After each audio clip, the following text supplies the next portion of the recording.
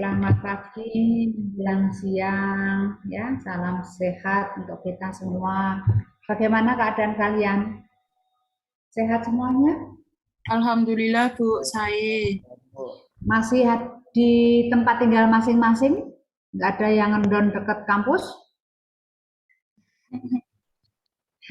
Ya, doakan saja semoga pandemi cepat berlalu dan di tahun depan, karena ini sudah jelang akhir tahun, nanti kita bisa bersua ya. Kalian bisa mondar-mandir di kampus gitu ya, di saat-saat kalian ada jadwal. Baik, hari ini Bu Lisa akan menjelaskan sesuai dengan janji kita, yaitu berkaitan dengan cairan otak atau LCS, dan ini karena praktikum mungkin sudah ada ilmu-ilmu yang diberikan di saat teori ya. Semoga nanti kita diberi waktu yang cukup di tahun depan untuk bisa praktek di laboratorium terkait dengan cairan otak ya. Dan cairan otak ini merupakan bagian dari soal yang pasti akan ada di uji kompetensi nasional di saat nanti kalian akan menghadapinya tahun berapa ya? Nggak tahu nanti tahun berapa, hitungannya susah kalau bisa suruh ngitung tahunnya ya. Tahun masih tahun lama ya, 2000 berapa? 23 atau 24 ya. Nah, ini saya akan share karena materi ini tidak saya bikin PPT. Ini materi ini kebetulan saya buat dalam bentuk Word ya. Jadi nanti kita akan sama-sama membacanya.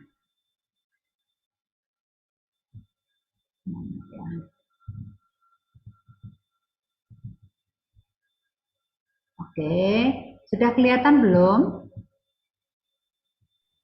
Ampun Bu, sudah Bu. Sudah ya, sudah terbaca nggih.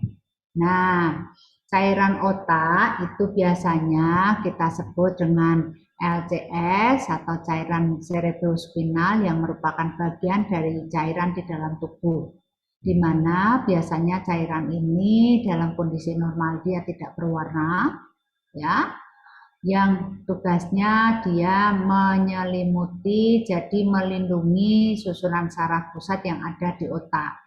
Nah, tujuan dari pemeriksaan cairan ini adalah untuk mengetahui adanya kelainan otak atau sumsum tulang yang biasanya itu ada ketika seseorang mengalami peradangan di otak atau biasa disebut meningitis, atau juga bisa dikarenakan adanya tumor atau karena ada abses, bisa juga karena infeksi virus ataupun ada encephalitis ya.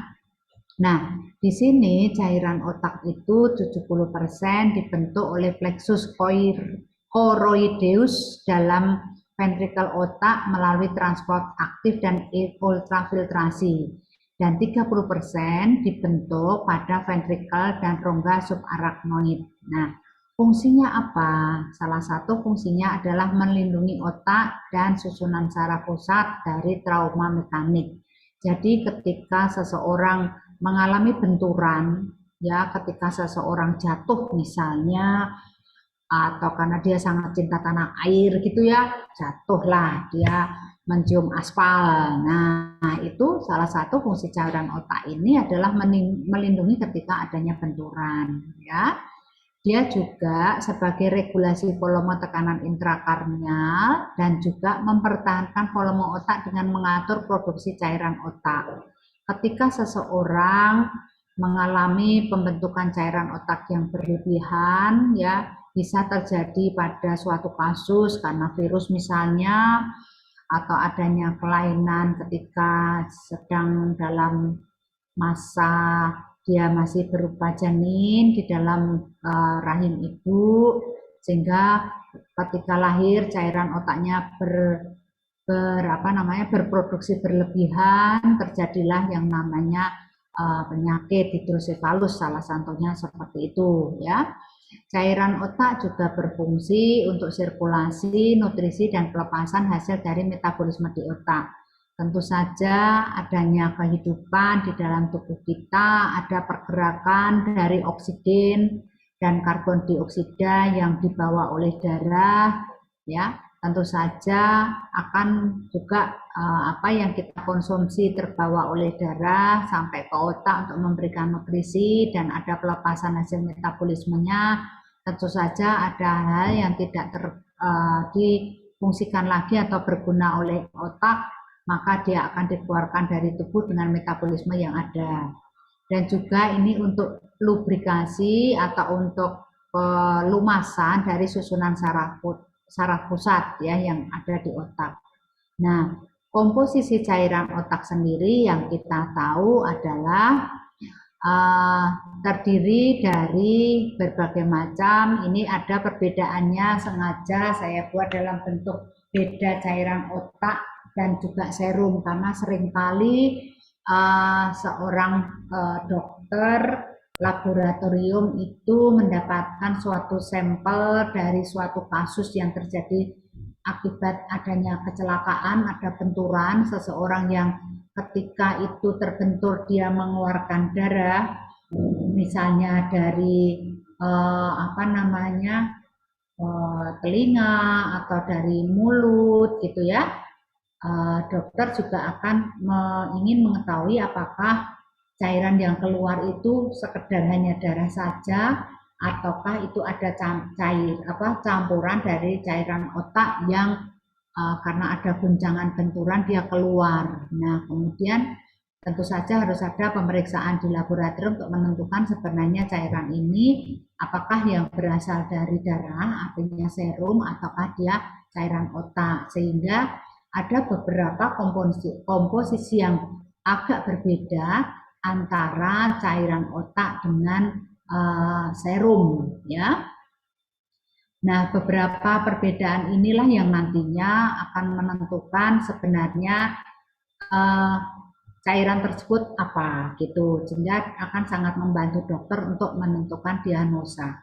Kalau ternyata di dalam darah yang dikirimkan oleh dokter di IGD misalnya setelah dibawa ke laboratorium itu diperiksa total proteinnya tinggi, sebenarnya nggak tinggi banget ya tinggi gitu ya, itu mungkin serum. Tetapi kalau sangat rendah dia cairan otak. Demikian juga kalau kok ada imunoglobulinnya rendah sekali, oh berarti dia cairan otak. Kalau tinggi tentu saja itu serum. Jadi perbedaan tinggi rendahnya itu dari parameter yang sudah ada. Nah, di laboratorium tentu saja nantinya kalian bisa berpegangan pada nilai-nilai yang ada di laboratorium tersebut ya.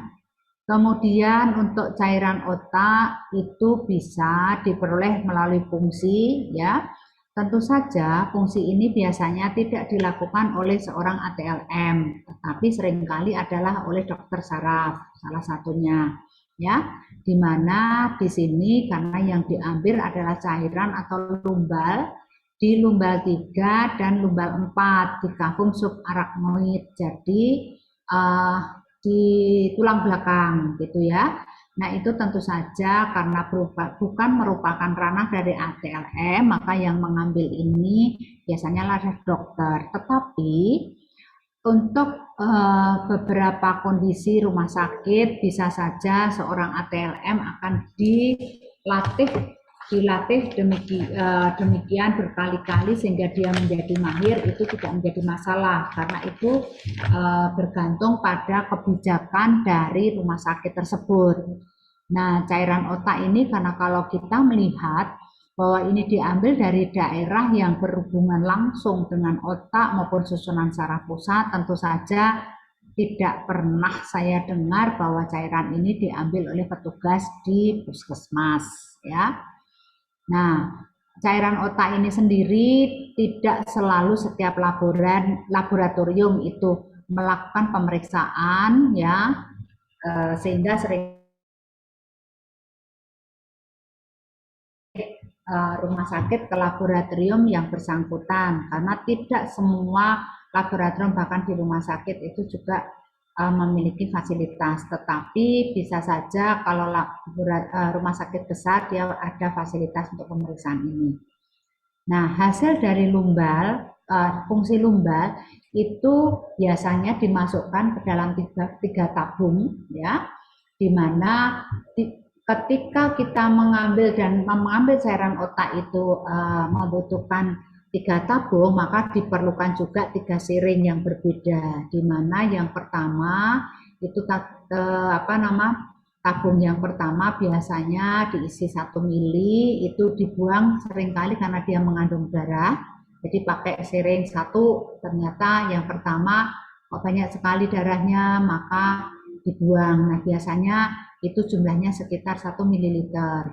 Nah, di tabung kedua yang biasanya lebih banyak, ini akan digunakan sebagai pemeriksaan di bidang serologi, bakteriologi, dan juga kimia klinik kalau misal memang diperlukan misalnya pemeriksaan albumin atau total protein. Nah, di yang ketiga yang terakhir itu bisa digunakan untuk pemeriksaan jumlah sel, DIFCON maupun protein yang kualitatif atau kuantitatif. Nah, untuk pemeriksaan cairan otak itu secara makroskopis itu meliputi warna, adanya kekeruhan, dan mencari adanya bekuan dan juga berat jenis dan pH. Jadi 4 parameter ini biasanya dilakukan untuk mengetahui makroskopis dari cairan otak. Sedangkan mikroskopis ini adalah hitung jumlah sel, ya, biasanya adalah sel leukosit, kemudian juga hitung jenis sel atau DIFCON, ya, kita kenal sebagai DIFCON, dan kemudian kimiawi itu ada nonopandi, protein, glukosa, dan klorida, dan juga ada bakteriologi, tentu saja harus dimulai dengan menumbuhkan lebih dulu atau membiakkan, ya. Nah, untuk pemeriksaan makroskopis itu cairan LCS-nya dimasukkan ke dalam tabung yang bersih dan kering, ya. Tentu saja dikatakan bersih, tabungnya benar-benar kacanya jernih, ya, supaya kita tahu bahwa apakah cairan tersebut itu warnanya terlihat jelas, kejernihannya juga terlihat, dan bekuannya juga akan terlihat karena harus dilihat dalam cahaya yang terang. Seandainya tabung ini ada bercak-bercak bekas dari keringnya bekas pencucian misalnya, seringkali kalau nggak segera di setengah kering dilap, kemudian dikering udarakan, atau kalau di laboratorium Unimus itu sering kan dimasukkan kita ke dalam oven, ya. Nah, itu kadangkala ada bercak-bercaknya, ya, karena sisa-sisa dari air yang menetes belum tertiriskan, atau mungkin bercak dari sabun yang tidak terbuang sempurna. Ini seringkali akan mengganggu ketika mata kita melihat pewarnaannya, kejernihannya, seperti itu, ya. Kalau untuk bekuan akan lebih lumayan jelas, ya. Nah, secara makroskopis kalau untuk pH tentu saja sederhana, yaitu kita menggunakan indikator warna, indikator pH universal, ya, sehingga kita bisa membandingkan dengan deret standar pH-nya. Lalu normalnya warnanya bagaimana? Tentu saja secara normal seperti tadi saya katakan bahwa cairan ini seharusnya berwarna atau tidak berwarna, yaitu jernih. Seperti kita kalau minum air, ya, sebenarnya kan bukan air putih. Kalau susu itu air putih, kalau ada coklatnya air coklat, tetapi kalau seperti air kemasan yang biasa itu namanya air jernih kan. Nah, seperti itu, ya. Untuk kondisi ketika keadaan patologi seseorang, maka warna ini bisa saja berwarna kekuningan, ya. Dimana kalau warnanya kekuningan itu bisa karena hemoglobin dari pendarahan yang cukup lama, ya. Jadi bisa saja terjadi ketika seseorang terjatuh, kemudian dia tidak merasakan benturan yang terlalu dirasakan sangat sakit, dia merasa biasa saja, padahal terjadi benturan di dalam kepalanya. setelah beberapa lama, beberapa jam, bahkan mungkin bisa lebih dari 1 hari, 1 minggu, semakin lama kepalanya kok semakin tidak nyaman. Nah, baru kemudian ternyata sebenarnya ada benturan yang menyebabkan kepalanya cedera. Nah, ini nanti kalau diambil fungsinya, maka bisa saja cairan ini menjadi berwarna kekuningan. Dan kekuningan ini juga bisa dikarenakan terjadinya peningkatan bilirubin, ya, sehingga terjadi ikterus, atau cairan otak mengalami santokrom, sehingga di sini terdapat protein yang berlebihan. Ya. Nah, kalau untuk cairan otaknya itu benar-benar berwarna merah, maka itu bisa saja karena pada saat pengambilan, ya, itu ada komplikasi pada saat melakukan fungsi, itu dinamakan pendarahan artifisial, atau juga terjadi pendarahan subarachnoid. Jadi pendarahan itu memang terjadi di coklat itu karena pendarahan yang lama atau ada pendarahan di dalam otak itu sendiri, sehingga terjadi hemolysis, warnanya akan menjadi lebih merah coklat, ya. Kalau warnanya keabu-abuan, maka di sini leukositnya itu dugaannya adalah terjadi dalam jumlah yang banyak, ya. Nah, kemudian kalau kuning, bukan kekuningan, tapi kuning, benar-benar kuning, itu bisa terjadi juga karena hemolisis, bisa juga karena hiperbilirubinemia.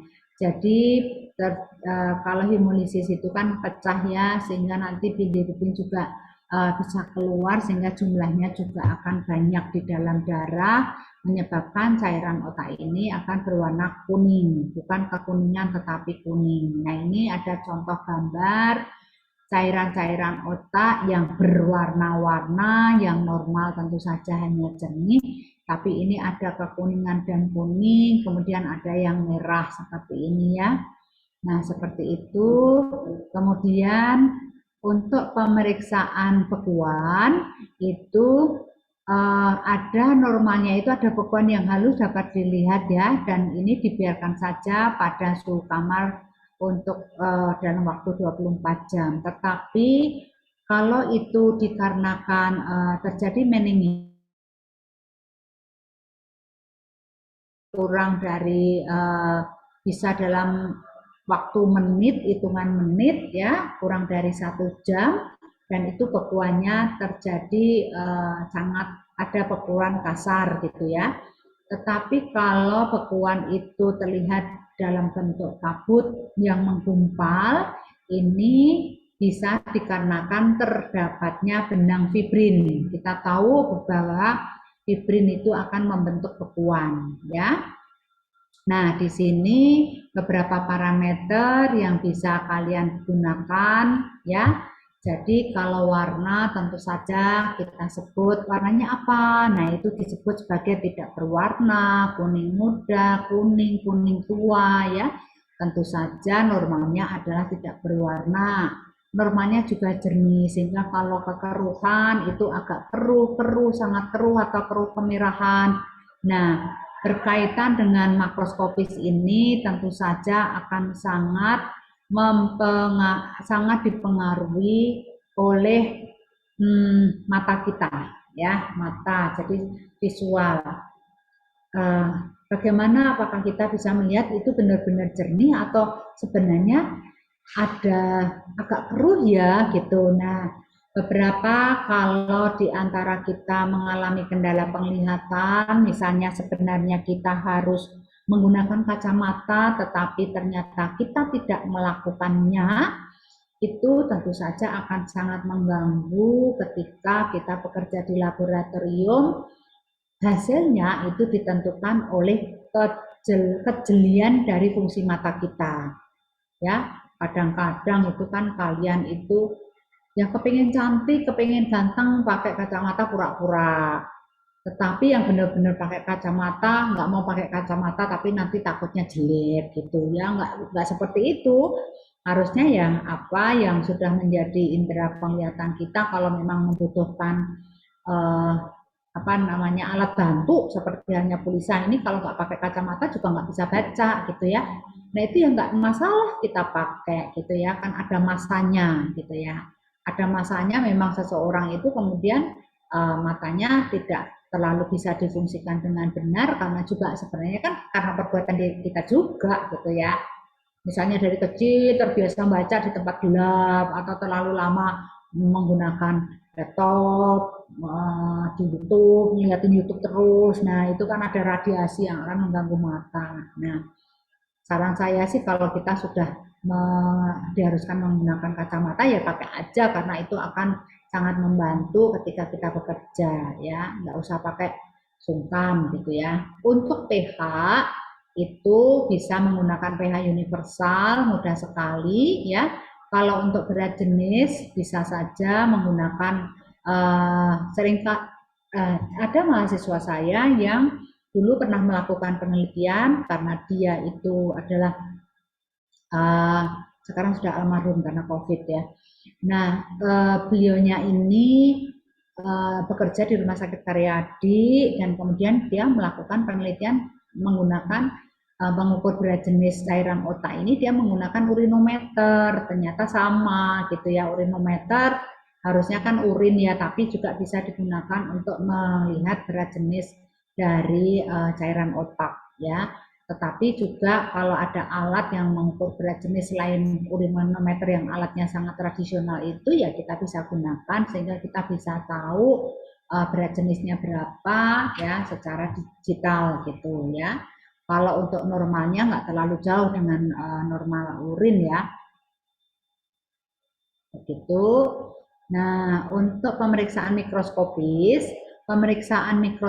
ini persis sama prosedurnya dengan pemeriksaan jumlah sel leukosit dalam darah, tetapi yang di pipet apa itu ya, larutan truknya atau menggunakan NaCl sampai tanda 1, kemudian cairannya menggunakan sampai tanda 11, berarti dia menggunakan pipetoma untuk alat yang bernama hemositometer Nimprofit Neubauer, itu kan ada tanda 1 sampai 11 ya, setengah 1 sampai 11. Nah itu tentu saja seperti yang kita biasa lakukan, dikocok perlahan, dibuang beberapa tetes. Sebenarnya tujuannya adalah membuang larutan yang di sepanjang pipet ya, dibuang dulu supaya nanti yang terhitung adalah yang di dalam gelembung dari pipetnya ya.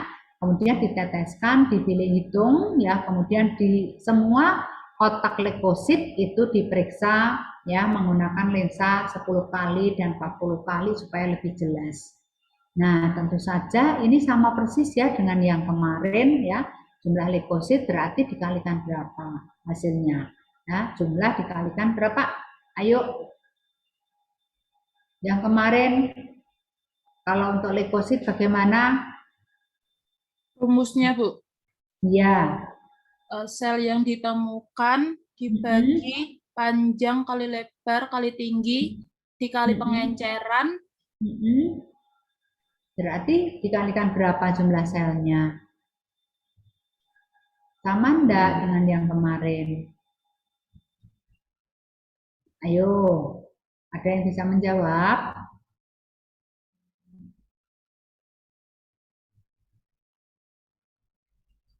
Jangan tidur dong. Masa bisa nggak ditemenin?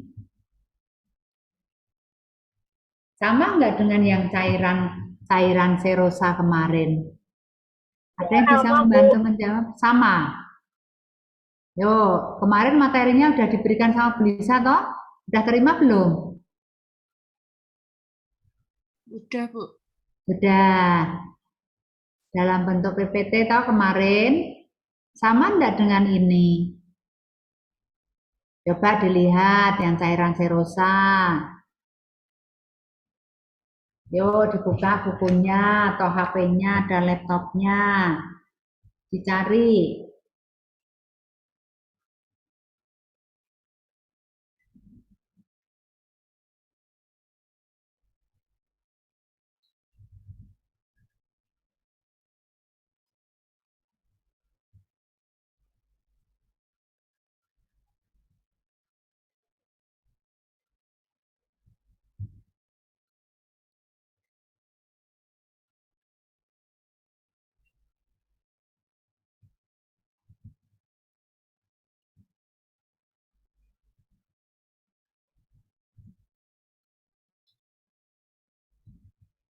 Ayo, gimana kalian, Mbak?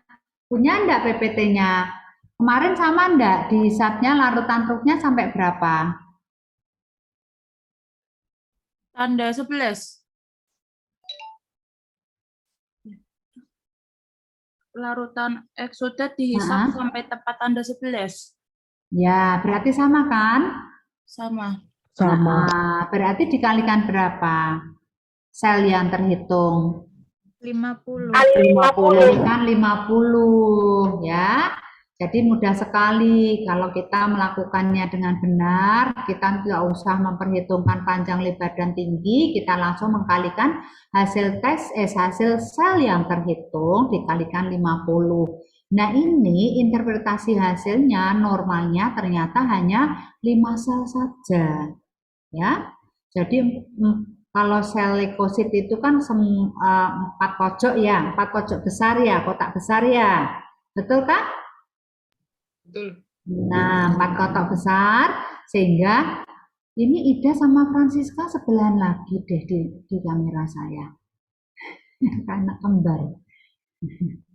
Nah, kemudian ini dikalikan. Nah, kalau 5 kan berarti bisa aja kan sangat sedikit ya. Tetapi ketika jumlah selnya tinggi ya, itu kita hitung juga ya. Kalau sangat tinggi, kemungkinan di situ terjadi peradangan atau namanya inflamasi. Tetapi kalau bisa terhitung, misalnya 5-20 sel, maka dia dikatakan abnormal tidak spesifik. Tetapi untuk meningitis karena bakteri disebabkan oleh bakteri yang secara akut, maka bisa ditemukan lebih dari 1000 sel. Wow, banyak sekali ya. Tentu saja luar biasa di sini ya, tetapi kalau jumlahnya sangat banyak, bisa sampai 5 sampai 10.000 sel, nah ini kekhawatirannya adalah terjadi abses atau terjadi luka ya, di situ memang terjadi cedera ya yang berlebihan di otak itu sendiri, sehingga cairan ini mengandung banyak sekali leukosit. Adanya jumlah leukosit itu menandakan bahwa di dalam tubuh terjadi suatu masuknya antigen yang menyebabkan terjadi inflamasi ya, yang tidak bisa tertangani secara respon imun non spesifik, sehingga kemudian tubuh membangun suatu memproduksi leukosit yang berlebihan dengan mengeluarkan banyak antibodi tentu saja, sehingga salah satunya tadi adalah pemeriksaan imunoglobulin G gitu ya. Nah, cuma saya juga tidak menyarankan sih kalau misalnya kalian memeriksa imunoglobulin G untuk tugas akhir ya, karena biayanya mahal ya. Kalau untuk D3 nggak worth it lah, kalau untuk S2 sih silakan ya. Nah, kemudian untuk hitung jenis sel bagaimana? Kalau untuk hitung jenis sel, tentu saja ya sebaiknya kalau cairan jernih ini dilakukan ya, sentrifugasi cukup 5 menit, tetapi kalau cairannya keruh dapat langsung dibuat apusan ya, karena kalau jernih itu kan kita cari endapannya untuk dibuat apusan tebal, tetapi kalau cairan sudah keruh bisa dibikin sediaan apusan tebal maupun tipis ya. Kemudian biasalah kita seperti biasa kita melakukan dengan memeriksa seperti kita membuat apusan darah SADT itu ya. Nah, itu kita fiksasi dulu dengan metanol gitu ya. Kemudian diwarnai dengan dimsa, setelah itu dicuci. Nah, pada saat difiksasi tentu saja ini sebaiknya benar-benar dilakukan 2 menit untuk fiksasi supaya sel itu bisa melekat pada objek gelas ya, pada alatnya, kemudian diwarnai dimsa. Nah, ditunggu 15-20 menit supaya sel-sel itu bisa menyerap warna dari dimsa. Dan setelah itu dicuci, tentu saja ini sebaiknya dicuci dengan air mengalir Ya, bisa dilakukan dengan air kran atau disemprot dengan air Aquades terus-menerus supaya cat yang sudah tidak terpakai itu dia bisa hilang gitu, sehingga nanti kalau kita sudah kering udarakan ya sampai benar-benar kering, kemudian baru diperiksa di bawah mikroskop. Karena lensa objektifnya 100 kali, maka harus menggunakan minyak emersi karena okulernya 10, jadi kan 1000 ya. Nah, untuk kondisi normal hanya terdapat limfosit saja. Nah, seperti kita tahu kalau ada banyak neutrofil seperti ini ya, ini jumlah leukosit neutrofilnya tinggi ya. Di sini ini menandakan adanya suatu kondisi yang tidak baik ya, karena harusnya sedikit saja, misalnya hanya ada 1 sel PMN ya. Nah, di sini ternyata diharapkan pada saat hitung jumlah sel ini yang terlihat hanya limfosit ya, tidak ada sel yang lain. Bayangkan kalau di situ ada sel basofil, tentu saja tidak diinginkan ya. Karena kalau ada sel basofil kan kita tahu bahwa itu adalah sel patologis. Ya, sehingga limfosit saja. Kenapa limfosit? Karena sel limfosit itu adalah sel yang memproduksi antibodi, sehingga kalau ada limfosit berarti oh ya betul bahwa ketika ada cedera atau terjadinya suatu kondisi adanya antigen, maka limfosit ini yang akan berperan untuk kemudian dia memproduksi antibodi, sehingga normal memang hanya ada limfosit, tidak yang lainnya ya. Karena kita tahu bahwa sel leukosit itu ada berbagai macam jenis sel. Nah, untuk pemeriksaan kimiawi seringkali yang digunakan ya itu adalah pemeriksaan Pandi. Nah, pemeriksaan Pandi ini adalah untuk mengetahui apakah di dalam cairan otak ini mengandung apa namanya protein atau tidak ya. Nah, di sini adalah menggunakan larutan fenol jenuh ya. Larutan ini cukup baunya juga nggak enak dan cukup beracun ya. Jadi kalau nanti di laborat nggak usah membau cairannya, begitu diambil ya langsung aja dimasukkan tabung gitu ya. Botolnya segera ditutup, dan cairan ini karena dia fenol itu jangan sampai terkena oleh tangan, karena nanti kulit tangannya bisa ngelupas gitu ya. Nah, ini tabungnya ditambahi dengan 1 ml reagen Pandi. Reagen ini terdiri dari cairan fenol yang jenuh. Membuatnya gampang, tinggal diberi Aquades, terus dibikin sampai sangat jenuh ya. Jenuh jadi dia tidak bisa larut lagi gitu ya. Nah, kemudian ditambah 1 tetes LCS. Benar-benar 1 tetes tes gitu ya. Twin test gitu. Sehingga di sini perlu menggunakan pipet tetes yang ujungnya tumpul. Jangan yang ujungnya itu misalnya udah gempil gitu ya. Rusak gitu ya. Karena kalau gempil atau rusak itu 1 tetesnya nggak bisa 1 tetes beneran gitu ya.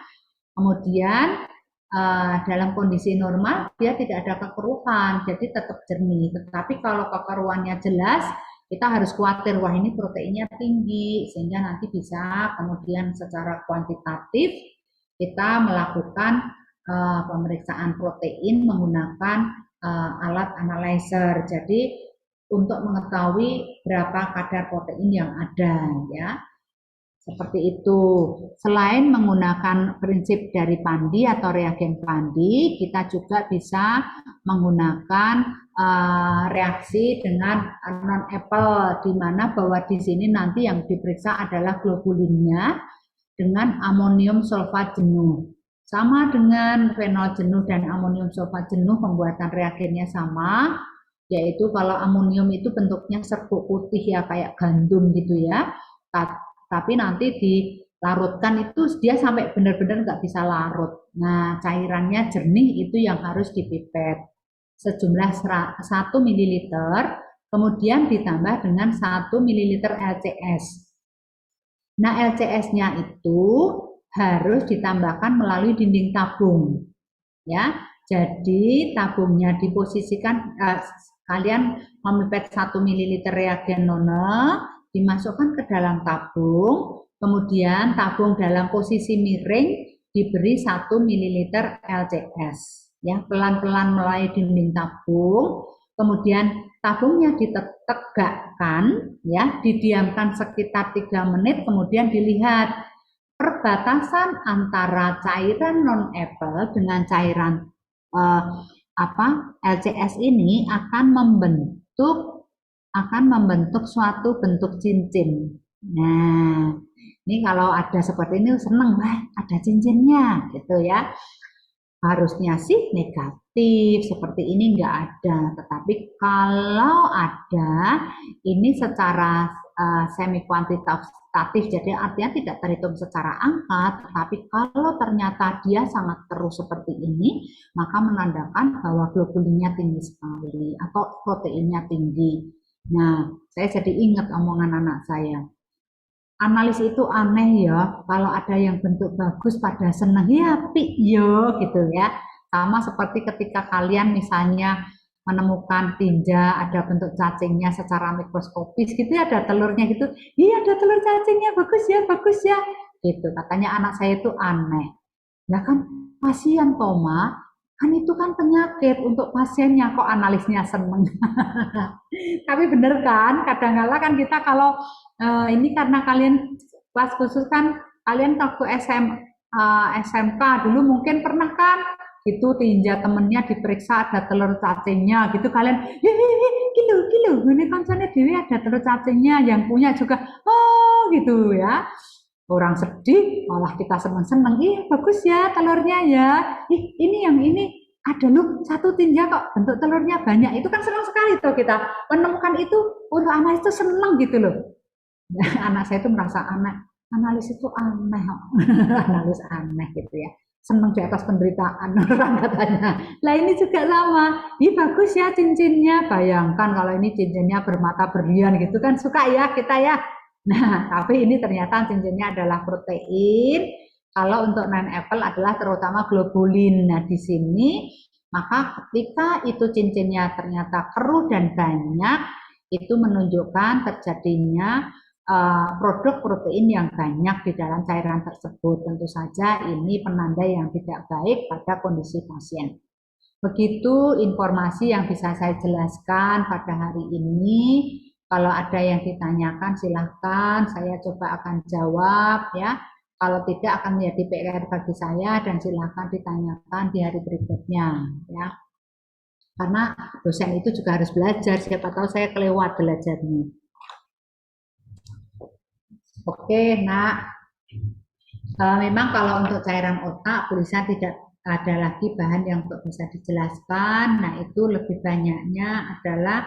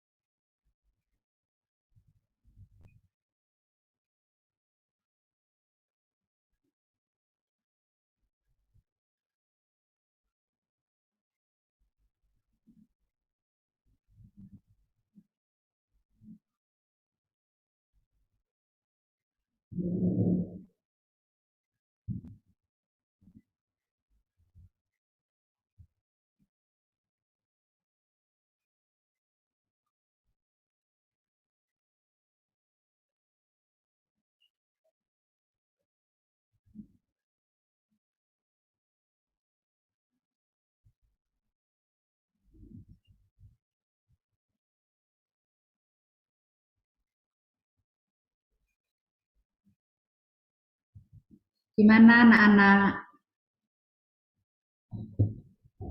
Kalau tidak ya sudah selesai. Atau mau tanya yang lain? Kalian mau nggak sih bantuin Bu Lisa berdoa biar pandeminya cepat hilang gitu ya?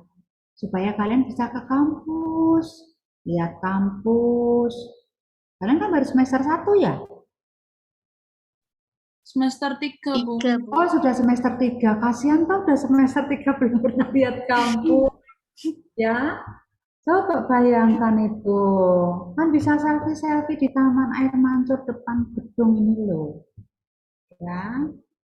Nggak cuma main di pantai terus nih Putri ini, Elma nih, mainnya di pantai terus ya. Bingung kan Putri kan backgroundmu itu pantai. Elma, Era, susah sekali sih namanya. Elma, Era. Oke, gimana? Siapa yang pernah main ke kampus? Berarti kalian masuk tahun berapa sih? 20 ya? 2020. 20 berarti nanti lulus 23 kan? 20, 21, 22, 23. Ya, 23 ya kalian lulusnya ya.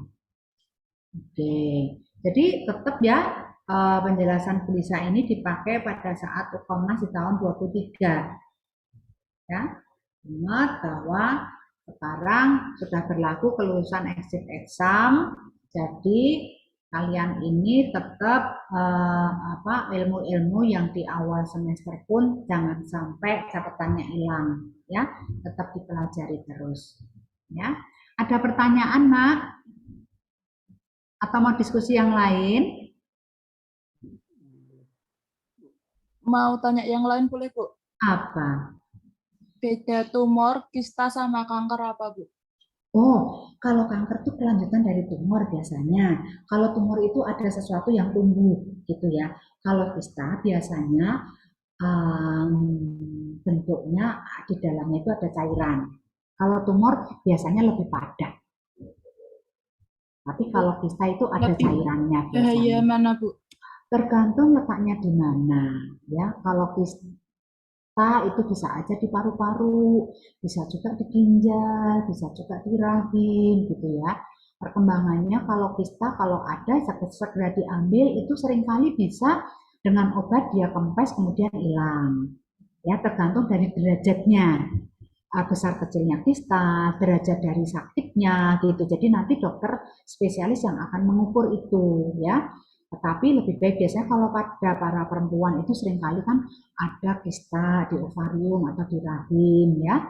Tetapi kalau kista itu ada di ginjal, misalnya di saluran ginjal, saluran kemih, itu yang agak lebih susah. Dokter urologi pun kadang juga kesulitan, tapi itu bisa gampangannya itu bahasanya mungkin kalau kita tuh awamnya dikerok gitu ya, diambilin gitu ya.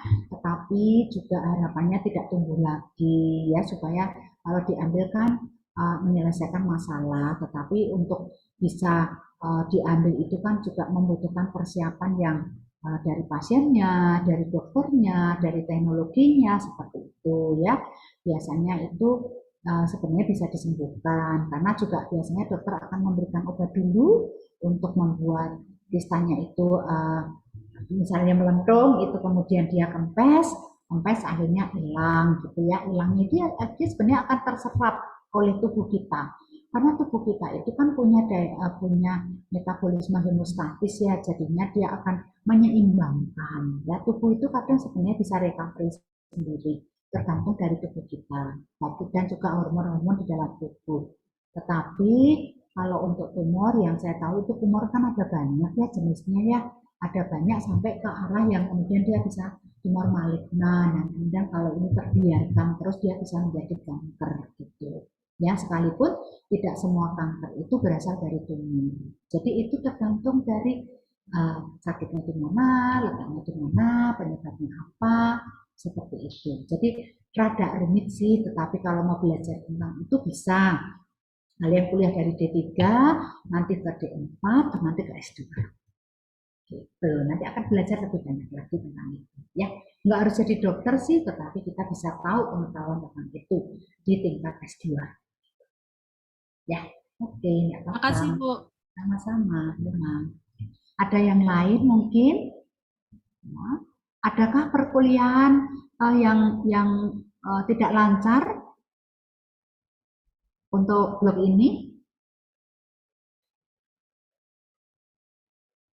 Sejauh ini masih lancar ya? Ini masih minggu kedua kan? Oke, minggu kedua. Kesepakatan kita minggu depan off dulu ya. Oh, Ya, nanti diganti pada saat UTS ada mata kuliah yang bisa gitu ya. Kalau enggak ya nanti digabung aja deh. Materinya digabung jadi satu kali tatap muka. Lama gitu ya. Oke, ada lagi kah yang mau ditanyakan? Ya, kalau tidak ada, saya akan memberikan saran kepada kalian. Sekalipun kalian ini masih semester 3, tidak ada salahnya di sela-sela materi seperti ini, di mata kuliah yang sudah kalian pelajari, coba kalian mencoba untuk mencari tentang hal-hal yang berkaitan dengan materi-materi tersebut di Google, membaca jurnal-jurnal orang lain, baik jurnal itu dari hasil karya tulis ilmiah, atau dalam bentuk skripsi, atau dalam bentuk tesis, atau dalam bentuk disertasi yang sekiranya bisa menjadikan ide dari kalian untuk membuat TA nantinya. Sekalipun TA itu baru dibuat nanti kalau sudah semester 5, tetapi tidak ada salahnya kalian sudah dari sekarang mulai mencari. Nah, mencari-mencari ini kalian harus punya minat. Nanti pembagian dari tugas akhir itu ada di 7 bidang, yaitu pembagiannya ada di bidang hematologi, ada bidang kimia klinik, ya urinalisa itu termasuk kimia klinik. Hematologi itu ada banyak, yang jelas hematologi ya. Kemudian ada bidang yang namanya sitohistoteknologi, ya terkait berkaitan dengan sel-sel abnormal, sel-sel kanker, nah seperti itu ya. Kemudian berkaitan dengan toksikologi, ilmu di bidang kimia, ya lebih ke arah nafsa, ya. Kemudian juga berkaitan dengan apa ini ya, parasitologi, ya, terus bakteriologi, kemudian sebentar.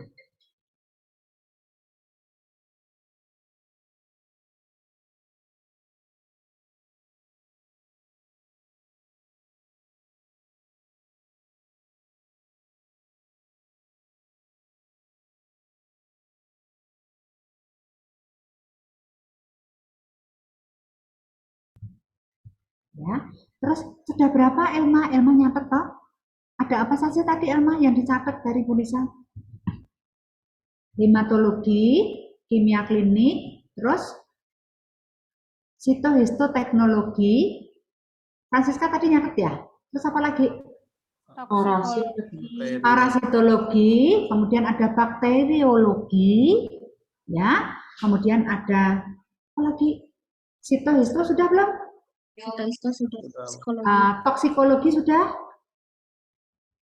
Terus ada imunoserologi. Ya, jadi ada berapa? Ada 7. Hematologi, kimia klinik, toksikologi, parasitologi, bakteriologi, sitohistoteknologi, dan imunoserologi. 7 kah? Iya Bu, ada 7. Nah, 7 itu merupakan bidang minat untuk pembuatan KTI, dan 7 itu pula yang akan menjadi bahan untuk diujikan pada uji kompetensi nasional ketika kalian sudah mau mengakhiri studi. Nah, sekarang hunting dulu, mencari-mencari dulu ide-ide, banyak ide. Nah, minat kalian ada di mana? Kalau misalnya nanti minatnya di kimia klinik, ya daftar di kimia klinik. Kalau nanti minatnya di hematologi, mendaftarnya di hematologi. Dan sudah punya stok, mungkin bayangan apa sih yang mau diteliti? Bukan judulnya, tetapi bayangan dulu. Saya ingin meneliti tentang apa? Bikin catatan-catatan kecil, bikin banyak catatan, ya nanti pada saatnya dibutuhkan nanti kalian sudah siap untuk hal seperti ini biar nanti studinya lancar dan lulus tepat waktu, ya. Karena kalau lulusnya nggak tepat waktu nanti akan mundur dalam wisuda, eman-eman, ya. Teman-teman dari segi biaya dan waktu, apalagi kalau udah kerja eman-eman, STR-nya nggak keluar-keluar seperti itu, ya. Padahal STR-nya sudah ditunggu, ya. Kan kita nggak bisa bikin STR kalau kita nggak lulus dari diploma. Oke, begitu ya. Ada lagi satu bocoran, boleh enggak? Mau enggak? Boleh Bu, mau. Boleh. Ada yang mau duit enggak? Uang. Ya, biasanya ada program untuk kalian itu menjadi mitra dari pendaftaran mahasiswa baru. Boleh mendaftar. Boleh mendaftar jadi mitra.